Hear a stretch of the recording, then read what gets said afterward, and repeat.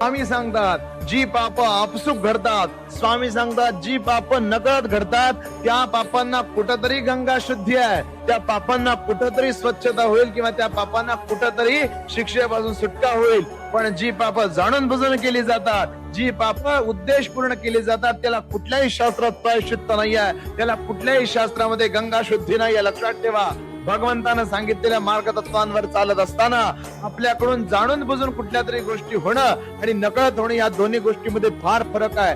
चुकून होते त्याला चूक म्हणतात, चुकीला माफी असते, पण जाणून बुजून होते त्याला घोडचूक म्हणतात आणि घोडचुकीला शिक्षा असते. म्हणून लक्षात ठेवा, पाप तीच धुतली जातात जी नकळत घडतात.